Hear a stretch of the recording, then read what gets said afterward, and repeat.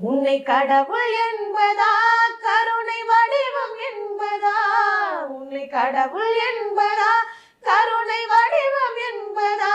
ஐயா ஞானதானம் தந்த உன்னை தந்தை என்பதா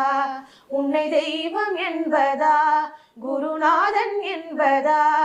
என்னை பார்த்து பார்த்து வளர்ப்பதனால் அன்னை என்பதா சேரும் செல்வம் எல்லாம் உன் அருளன்றோ பாடும் பாடல் எல்லாம் உன் தயவன்றோ சேரும் செல்வம் எல்லாம் உன் அருளன்றோ பாடும் பாடல் எல்லாம் உன் தயவன்றோ எந்த நேரமும் உன் நினைவன்றோ எந்த குடும்பமே உன்னை மறக்க